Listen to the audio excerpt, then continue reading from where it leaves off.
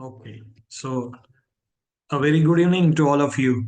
Uh, I see there are, I think, 4 or 5 participants, right, for the webinar. And is this screen visible to you people? I have shared the screen.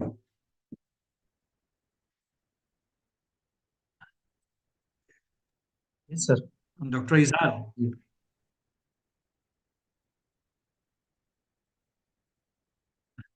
Yes, it is visible. Okay, right, great. So I think we should wait for a couple of minutes so that we get the more participants, or else or else we will start in 2 minutes, right?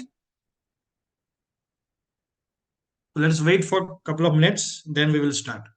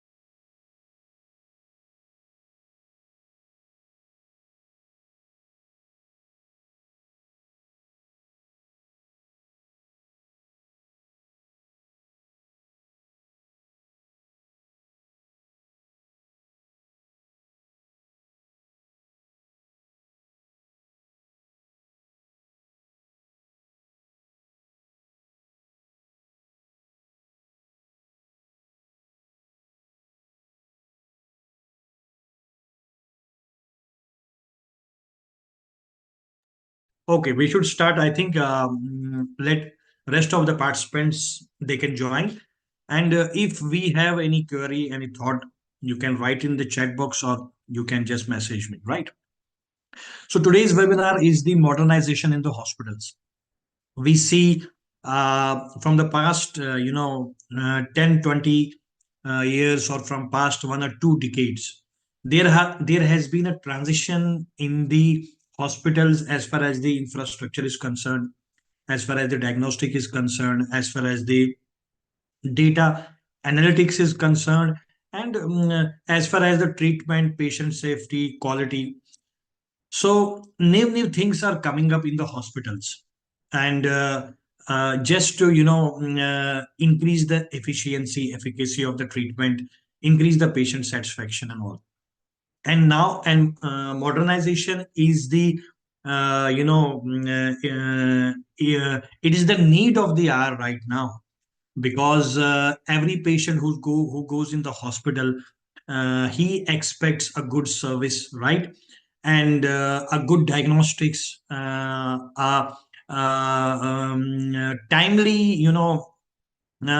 availability of the reports, and less average length of stay in the hospitals, minimal sepsis and all. So many modernization has happened, and we see how the hospitals have transformed from the horizontal structure to a vertical structure, from a simple hospital building to a green hospitals concept like thing. And there is an energy saving, there is an high diagnostics. So in this webinar we will try to just get the insights, what is the modernization, uh, where are the areas where in the hospitals they have advanced as far as the patient care is concerned. This is the one of the important a breakthrough in the hospital industry and as far as the patient data is concerned. We have seen from last several years that so much of talk has been done on the electronic health record, patient information system, hospital management information system, how it is important to make. As far as the Indian context is concerned, we see that most of the data, it is not being shared from one hospital to other hospital, right? As far as the public hospital is concerned, the data is not synchronized. The digitization process has not reached to every public hospital. As far as the private hospital is concerned or a corporate group of hospital is concerned, they have the HMIS, they have the hospital information system that is constrained to only one hospital. They don't share this data with any other agency or not with the government of India and other things. But from past several years, the government is trying the best, to get the health on a digital platform. The National Health Authority of Government of India, which works under the Ministry of Health and Family Welfare, they have introduced the ABDM Aishman Bharat Digital Mission. So that digital mission they have proposed to bring all healthcare facilities, doctors, professionals, patient records on a one platform. So that is a very big advancement, and it will take some years. Simultaneously, this is the same. The electronic health record has been a new modernization in the hospitals, getting the data of the patients, right? Entering the notes, the progress notes of the patients. We don't now need all those files, all those case sheets written by the doctors, written by the nurses, so that we have the MRD pile up with so many of files.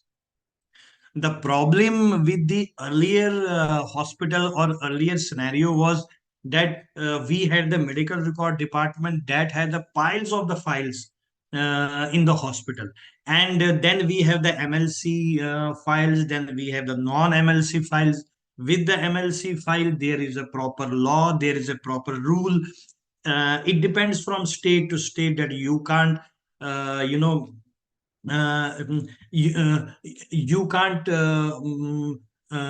you can't erase or you can't destroy the record of the MLC. You have to keep the MLC record for life, or either you need to keep the MLC record for this type of this period of time. As far as the non-MLC record is concerned, you need to you need to erase the records after the 10 years. So there are certain parameters, but as far as the digitization of the record is concerned, now you can enter all the patient data, all the patients who are coming to the hospitals. You can mention the medication, you can mention the vital signs, even every record now is available with the EHR. And simultaneously, the same record is going to the medical record department. So the past history of a patient can be shared, right? The diagnostic reports can be shared. The treatment record can be shared. See, it is in every record of a patient, there is an obligation you can't share to any other person, but it is always available with the hospital administration department. They keep the record a kind of digilocker, right? And they can share these record to the patient after he gets discharged, right? And this will reduce the burden of the stationary cost also. In hospitals we have so much of stationary cost, right? For the consent forms and prescription slips, investigation slips, then all other requisition forms. So this is a pile of records in the hospital, and there is a big running cost as far as the stationery is concerned.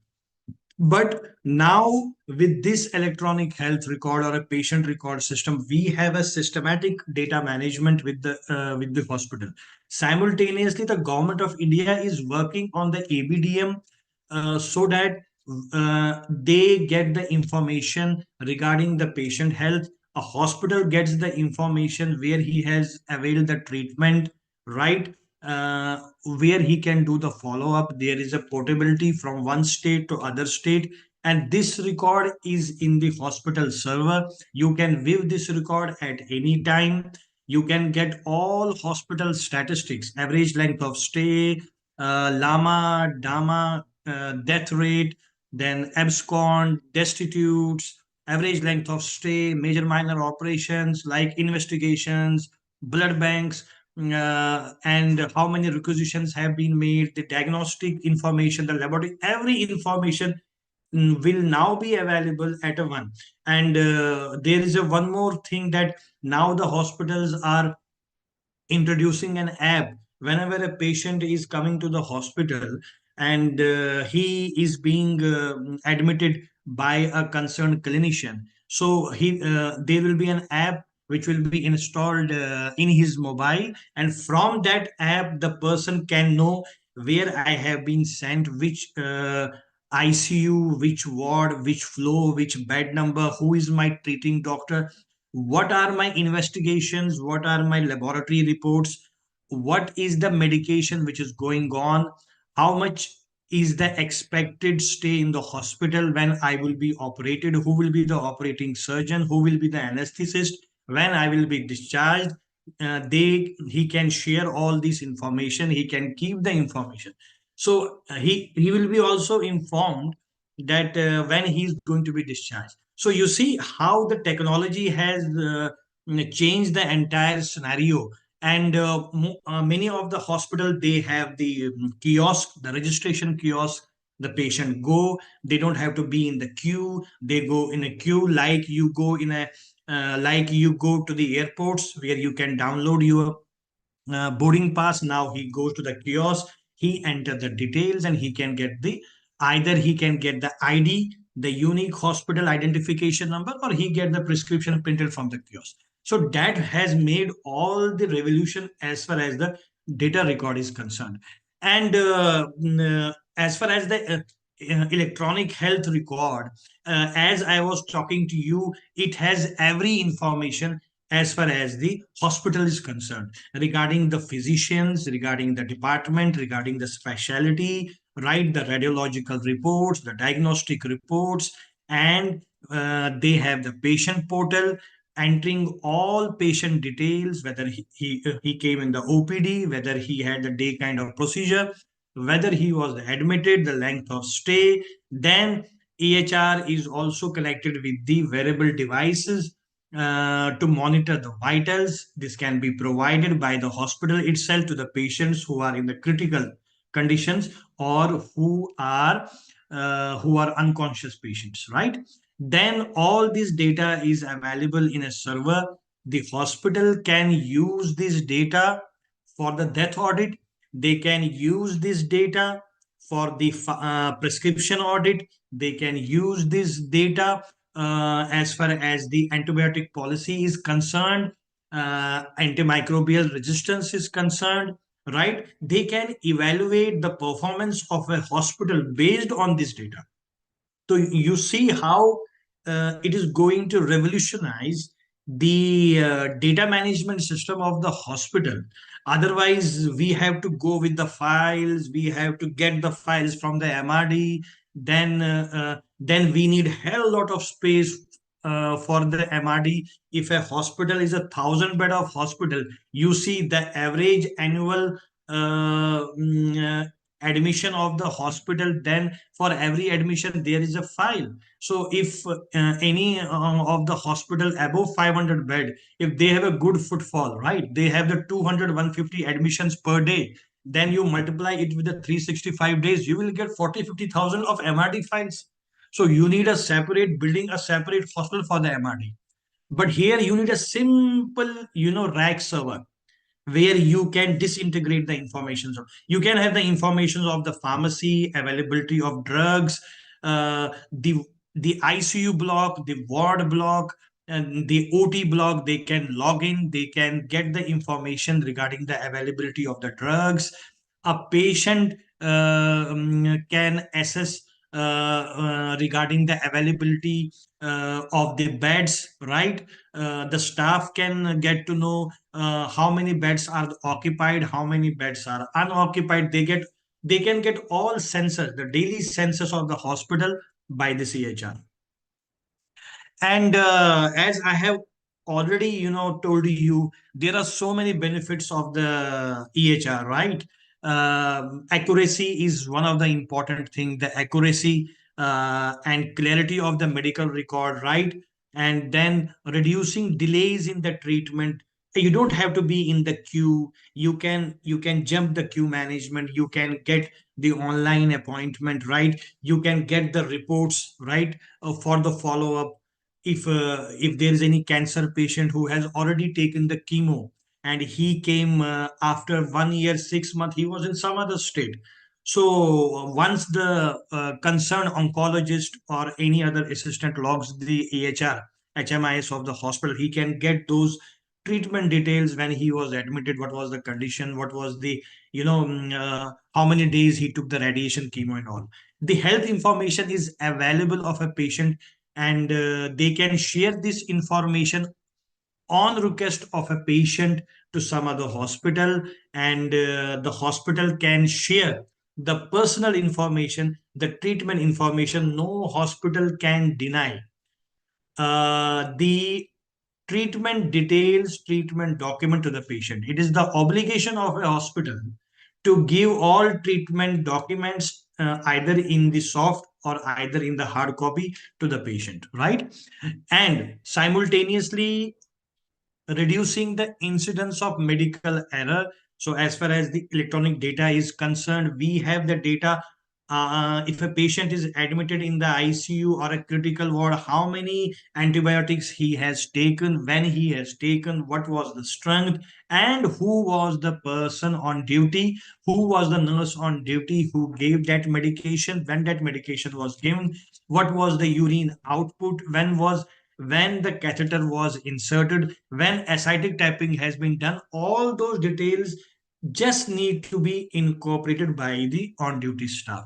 So every information would be available. The same can be shared to the consultants, the same can be shared to the on duty doctor, and he can assess all these information remotely. That is the beauty of the EHR.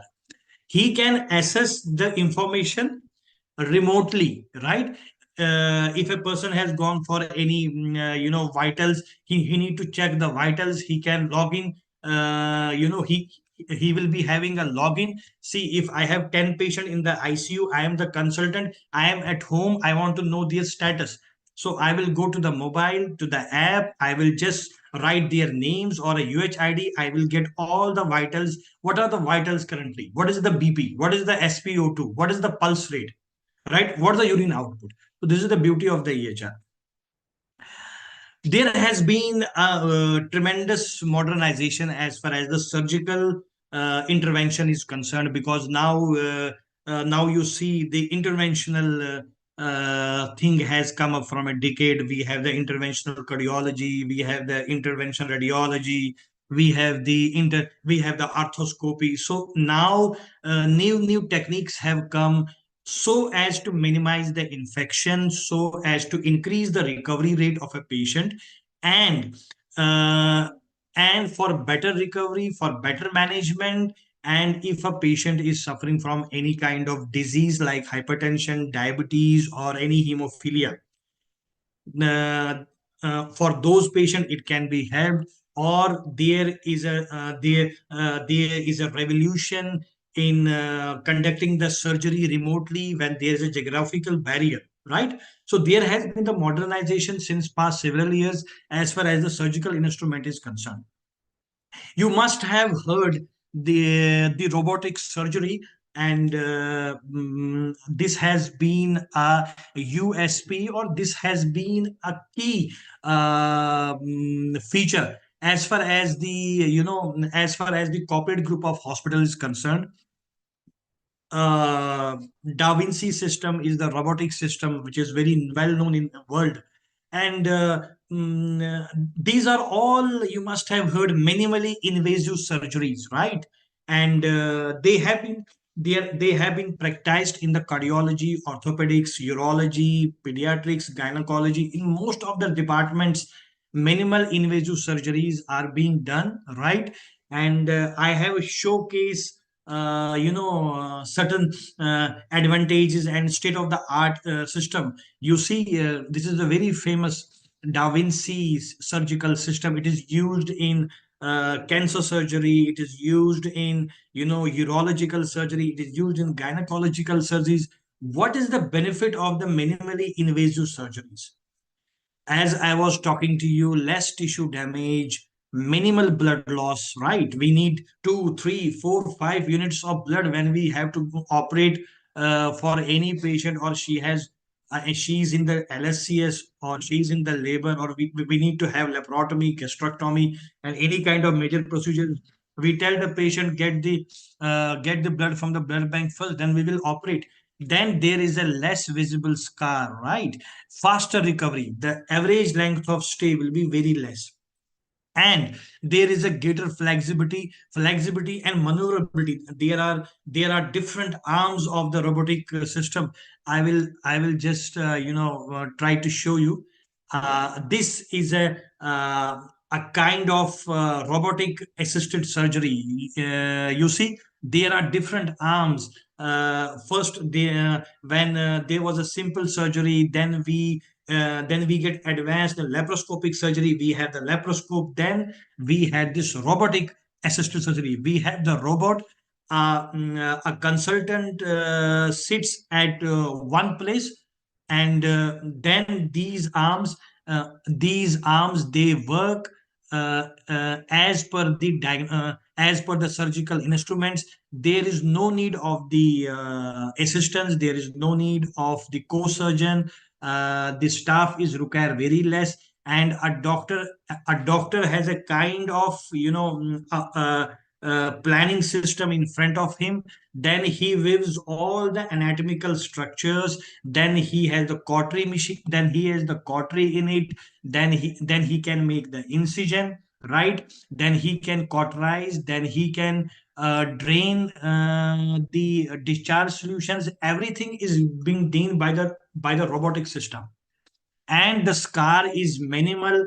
They have the camera also, yeah, right? There is a camera inside, and he can give you a good anatomical picture, right? A colored anatomical picture. He can go if he has to do the if he has to go for cholecystectomy, if he has to go for appendicectomy, right? The surgical scar will be less, right? The anatomical differentiation will be very good. He has all those facilities in a different arms, and simultaneously he will get a 3D image of body of that anatomical picture. If any of the oncologist or an oncosurgeon, he has to remove the part of the stomach, so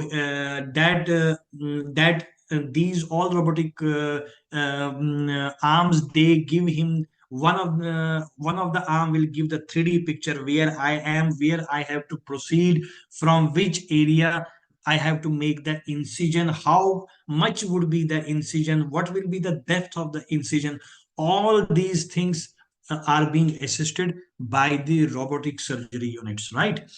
And there has been a telesurgery also. You see, there is a telesurgery, and for those where doctors are not available in a short period of time, where we have the geographical inaccessibility, right? There is a network mediated robotic control, right? And the doctor can control all the surgical equipments remotely. He has the jockey, he has everything. They get it connected with the robotic system, right? And that robotic system is a wireless system, right? And whenever we have the surgeon shortage, or there's a long distance travel, there is an emergency, then he remotely can manage the jockey, and those arms can start the operation. Only you have to do the PAC of the patient. You need to keep the OT ready. You need to keep a consultant, a junior consultant over there, a nursing staff over there. Rest of the thing, the same which here doctor is doing inside the OT, the same here doctor is surgical doctor is doing remotely. So we have heard about telemedicine consultation from one geographical barrier to other geographical barrier. But this is the telesurgery, and it uh, it is an emerging field, right? There may be ethical consideration as far as the India is concerned. The doctor is not available here; he is remotely. How come he will operate? If anything happened to the patient, who will be responsible? There are some ethical consideration, but this is the future, right? You must have heard a lot about AI, artificial intelligence in every sector, in health sector, in data analytics, right? In business, in stocks, everything. But this is a revolution. Artificial intelligence is a revolution. Artificial intelligence will be in future. This is going to be incorporated as far as the treatment protocol is concerned, as far as the surgical protocol is concerned. But there are certain ethical consideration. But in coming time, this artificial intelligence is gonna help the patient recovery. I was just, a couple of days before, I was, I studied article from the Times of India that one of the hospital, one of the pharmaceutical or diagnostic manufacturing devices, they are going to make a chip which they will incorporate in the brain, and that will help the patients who are not able to walk, you see.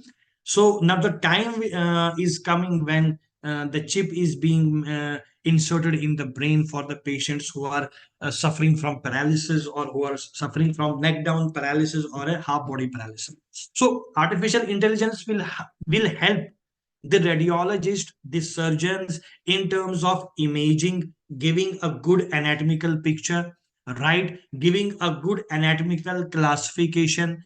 It will furnish the existing medical record of the patient, just like we go to chat GPT, and we try to write a paragraph on the artificial intelligence. So it gathers the data from all over the world which is available on digital platform and presents it to you. The same will do the AI, and it will help in the tissue tracking. Then when we have the diagnostic, endoscopy, colonoscopy, bronchoscopy, so this artificial intelligence would be incorporated in the softwares itself, and it will give the exact anatomical picture of the patient, right? The good quality images, the tissue thickness, tissue tracking, and it will ease the surgeons, it will ease the diagnostic persons in terms of anatomy, in terms of identifying, if we have the artificial intelligence incorporated, for example, in the MRI machine, and we are doing an MRI of a spine of a person. So artificial intelligence will say, here are the problematic areas. Here, the disk space is very less, right? And the anatomical classification is somehow disoriented. Can be a carcinoma, can be disc bulging, anything. It will help in a lot, not in the treatment, but it will help in the course of the treatment. So this is the revolution, and in the next 5 or 10 years. And we have so many diagnostic ultrasound equipment where the AI can be used, right? In medical resonance imaging, we have the MRI, we have the CT, we have the DR, CR, ultrasound, mammography, Doppler, echocardiography, all these, even more, even cobalt therapy, we have the linear accelerators, and we have the PET CT scan, we have the gamma camera, cyclotrons. In all these, medical equipments, the AI will be incorporated in near future. Right now, all these high-end equipments, they are incorporated with the software, right? They have the patient details when this patient was scanned for the PET CT, which part was scanned, what were the images, what was the age at that time, what was the weight of that time, what were the clinical conditions. So AI will help in the course of the treatment, and all these high-end diagnostic equipments, they will be incorporated. You will find, in next couple of years, or 3 4 5 years, you will find PET CT scan enabled with AI, gamma camera enabled with AI. So you never know, right? It will be a revolution, right? Now the machines will, relieve of your human manpower, but there are ethical conditions, right? A machine can be wrong sometimes. There can be an error, there can be, anything, but still, as far as the ethical consideration is concerned, if it is helping you in the course of diagnosis and course of treatment, you can use it better. Then you all know we have the telemedicine, or you can say the telehealth. A patient inside the wards, inside the patient room, he can talk to the concerned doctor if he is not available.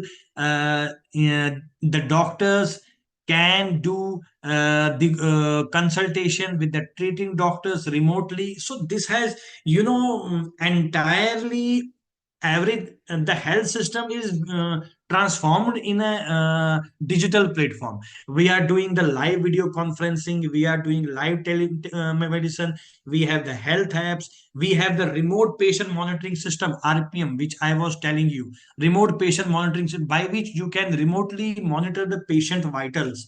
And we have the picture archiving PACS system, where all the diagnostic images are available as an image. You can share those image and send those image to any part of the world for the follow-up and for the better guidance. So telemedicine, telehealth, from doctor to patient, from if a patient is admitted, he can have the consultation with a dietitian. Dietitian don't need to visit the patient, and a patient can have the consultation with a doctor separately about his health condition, about his vitals and all. So this can be the revolution, right?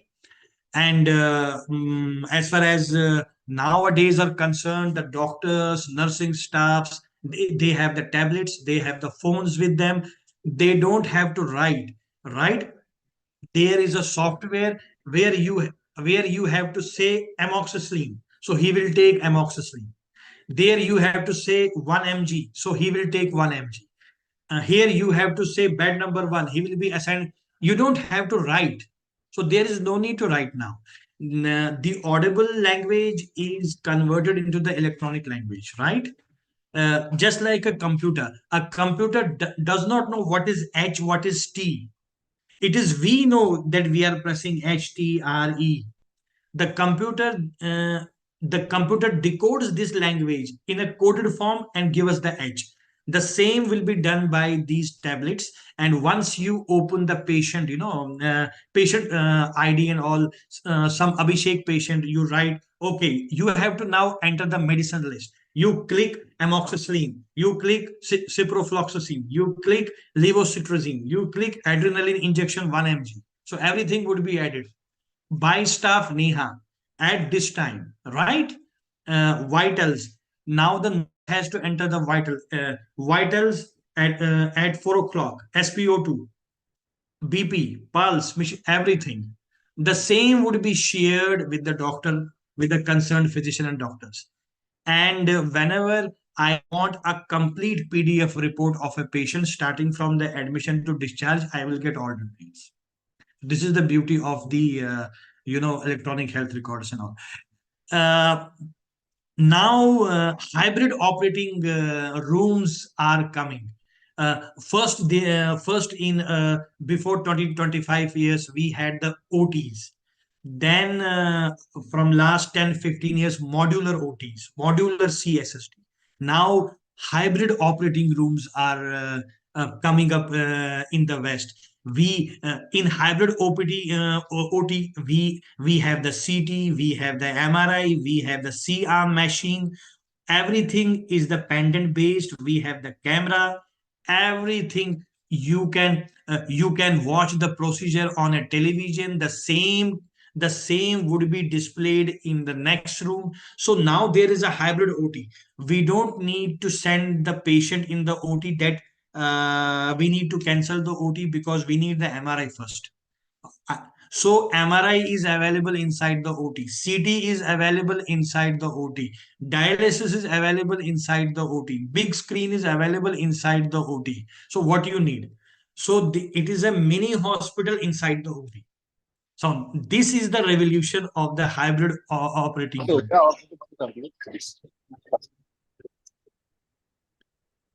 And let me show this. Let me show this video. Just watch this video.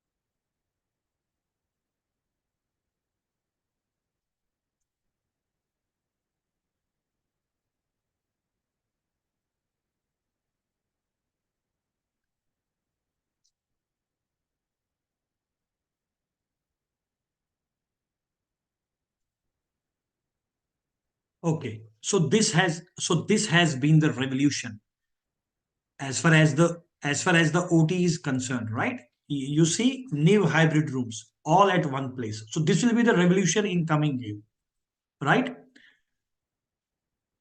And now you see they look like the hotels where you see we have seen hospitals, right? But this is a concept of green hospital. Green hospital. This is a concept of green hospital, right? The maximum natural light penetration and a minimal artificial light. It is a green hospital design.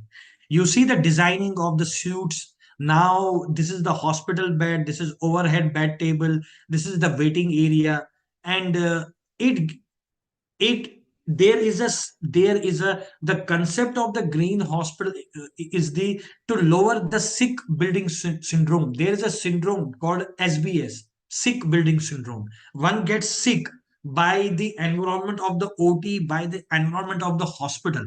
So this lower the sick building syndrome of the patient. You are giving him a home environment, a kind of home environment, but aesthetically very good. So this will be the revolution. Now majority of the corporate hospitals in India, in Middle East, America, and Europe, So they are, changing all the entire infrastructure to the green hospital, right? Allowing the maximum natural light with a minimum light, right? Energy saving, antibacterial coating in the hospital, in the floors, in the walls, good air changes, right? And minimal use of the heatings, minimal use of the HVAC energy savers. So everything is going for a green hospital, right? It is a revolution. So now hospital suits are, you must have seen the Fortis or Apollo group. They have made all the suits, delivery suits, labor suits, OT suits, aesthetically very good. So now this revolution has come. Hospital will look like an hotel, 5 star, 7 star hotel with all these facilities. So this will be a revolution, a kind of in next 5 or 10 years, a patient will enter into 7 star hotel rather than a hospital itself. Modular CSSDs. Then we have a modular CSSD. I want to show you the video first.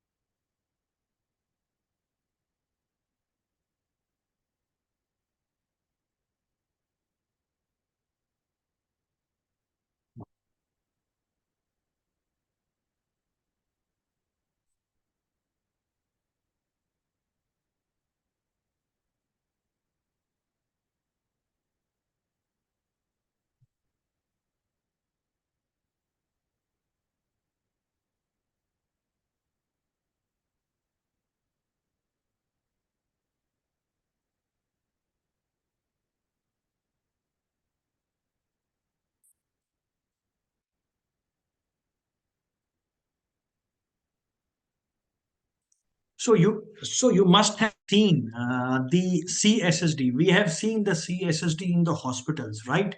Now the concept of the modular CSSD, right? And this will help to minimize the sepsis, right? And cancellations of the OT, proper sterilization of the surgical instrument, sterilization of the cath lab instrument, sterilization of the laparoscopic instrument. So, and it will, give you a very good healthy atmospheric culture in a hospital as far as the instrument is concerned. We often face problem in the hospitals that there was a technical snag in the CSSD. We were not able to sterilize the surgical instrument, and the recovery and the surgical instruments, proper packing, all these things, and stainless steel, right? And you can choose at which temperature and what are the contents of the sterilizer, whether they are the rubber tubes, there is a different sterilization, whether it needs the chemical sterilization, whether it needs the steam, whether it needs the heat sterilization, a different kind of approach. Otherwise we have those autoclaves, the horizontal autoclave, vertical autoclave, and the CSSD atmosphere is not good, and the infrastructure is not good, right? And there is always problem with the CSSD as far as the working hospitals are concerned. So this will be a revolution, and because CSSD has an important role as far as the hospital acquired infection is concerned, plus recovery of a patient is concerned. Then we have the modular mortuary room. I don't know how many you have gone into the mortuary, but we can have the mortuary like this. As we see in the West, they have a fully equipped modular mortuary with all stainless steel, with a resilient flow, like the ICU. So this looks something like an OT, right? This looks something like an OT. Any one of you can't imagine this is a mortuary. So this will be the mortuary. It should be like an OT, but very unfortunate as far as the government setup is concerned. I'm talking about the India. The government setup is concerned. You won't find the mortuary very good. So people scared to go inside the mortuary, right? They see all pathetic condition like the mortuary table, like the instruments, dissecting instruments, then dead body storage room, freezers room. So there is a lot to be done. So modular mortuary room is going to be a very important thing. And second, there are the highest, this is the highest microbial load department of the hospital, right? And it is always being planned at the back end of the hospital without it has its own HVAC system, heating, ventilation, air conditioning. We can't put it with the regular hospital HVAC, but we need to keep a good modular OT as far as the sepsis is concerned, and as far as to pay the respect to the dead person, right? That person can be a relative near or dear. He should be at a very good place rather than that place where we used to scare to enter, right? So modular mortuary room is another modernization which is going to happen or going to be in the hospital sector. Then we have the modular, fully mechanized hospital laundry. I want to show the one of the video for your thought process.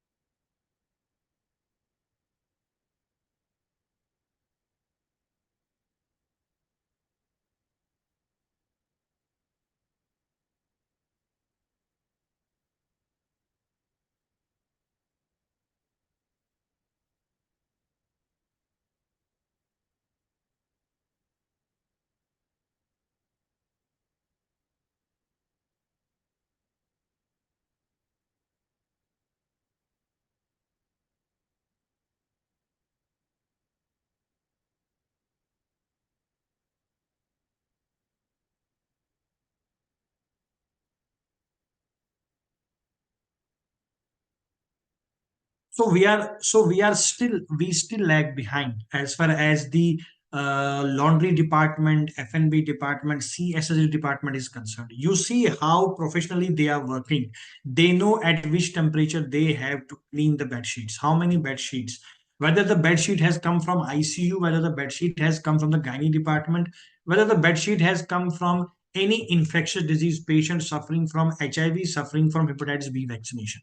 So all these they have the protocols at which temperature, so that it should not damage the linen, and then cleaning. And there is a proper line of authority, proper working and proper operation, proper coordination. So we the hospitals are now approaching to this kind of approach, it will minimize the infection rate, it will have a good sense of well-being to the patients, and the recovery would be very fast. So this would be the revolution, and this is, this is happening right now in the country itself. So let me thank you all, and I'm very thankful to all the participants who just be with me for this webinar, just to give a few insights. Otherwise, this topic is very big. I tried to keep it within the 1 hour of the time frame. So if any one of the participant has any query, he can ask or he can write in the chat box for a couple of minutes. Then we have a couple of minutes till 5 o'clock. Then we will end up. Sir, good evening, sir. Yes, good evening. Sir, this how the AI is used in emergency medicine as in a modernization of hospitals nowadays. See, the thing is, AI will be a boom as far as the pharmaceutical industry is concerned, as far as diagnostics is concerned, as far as the treatment protocol is concerned. See, what AI will help us, right? If in an emergency department, we have the normal inventory management module, right? And in that inventory module, we have all the emergency drug list, right? Plus emergency drug list available at the central store, emergency drug list available in the casualty department itself. So AI can help us to know that there is a depletion. For example, it can help us that the injection adrenaline is running short, or only 2 vials need to procure. It can give the pop-up, it can give us the exact picture of the life-saving drugs, availability of the life-saving drugs, how many life-saving drugs has been used from past 1 month, how many critical patients were admitted in the casualty department where we use the adrenaline or where we use the life-saving drugs. So it can give a kind of charting, a kind of inventory control. AI can help. You can take help from the AI as far as what is your need, right? If I want to know the exact stock position currently in the casualty department, you can ask the AI, he will make available to you, right?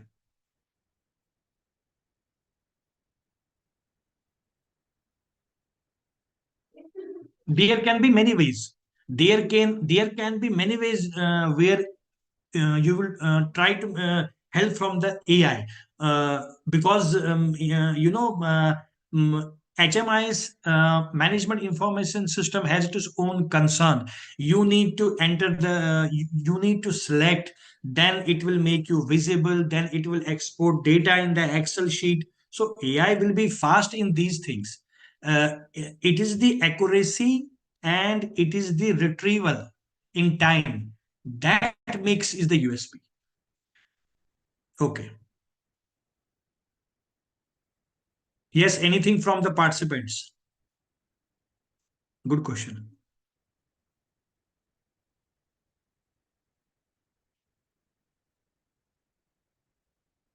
I hope I am audible. Sir, Okay. So all the best to you. And I'm on the LinkedIn. And if, sir, what are the safety guidelines regarding radiation and magnetic field in the modular OT? Yes, very good question. Very good question. See, we have the AERB guidelines as far as the magnetic field and radiation field is concerned. In India, I'm saying Atomic Energy Regulatory Board has a definite guideline. What I was saying, sir, there are many ethical issues as far as using the AI, as far as using the AI in the treatment, using the AI in the diagnostics, using the AI during the course of surgery, right? And as far as the radiation is concerned, because this is a new concept, a hybrid medical OT, we need a clearance from the AERB. Can we have a medical field in the modular OT, right? we for example, we have the DSA, digital subtraction angiography unit, right?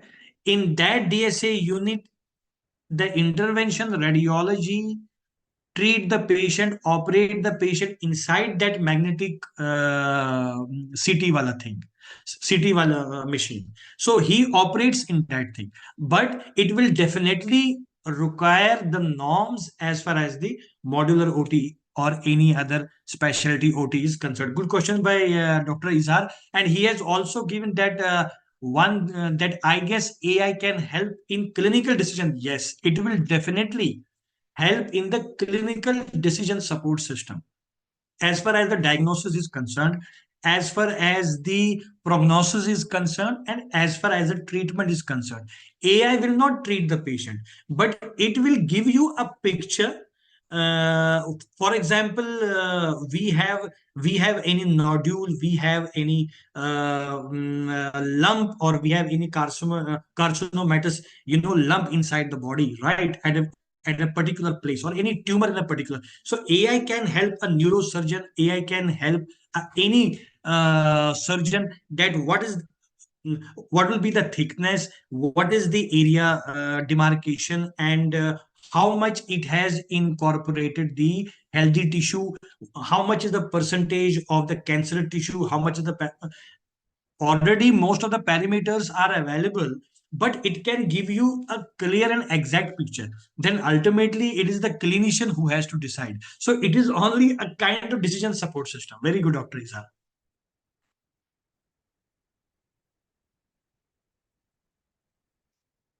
So can you please provide this PPT via email? Okay. No problem. I will share you the I will share this PPT to the you can do one thing. You can, this is, I am writing my email ID. I am writing my email ID. If anybody is interested in getting this PPT soft copy, he can send me the requisition in mail. I will share the PPT to him. Right? Okay. So all the best to you. Thank you very much for joining me on this webinar. I hope you must have gone some thoughts process in this webinar and all. I wish you all the best. Okay. Take care. Oh, there is some. Thank you, Dr. Altaf. Oh, thank you, Dr. Izhar, for your participation, and for for listening, and for bearing me for 1 hour. Okay. Thank you. Bye bye, and take care. And see you in some other webinar, if hope so I get the opportunity. We can leave this webinar. All the best to you. Right? Thank you.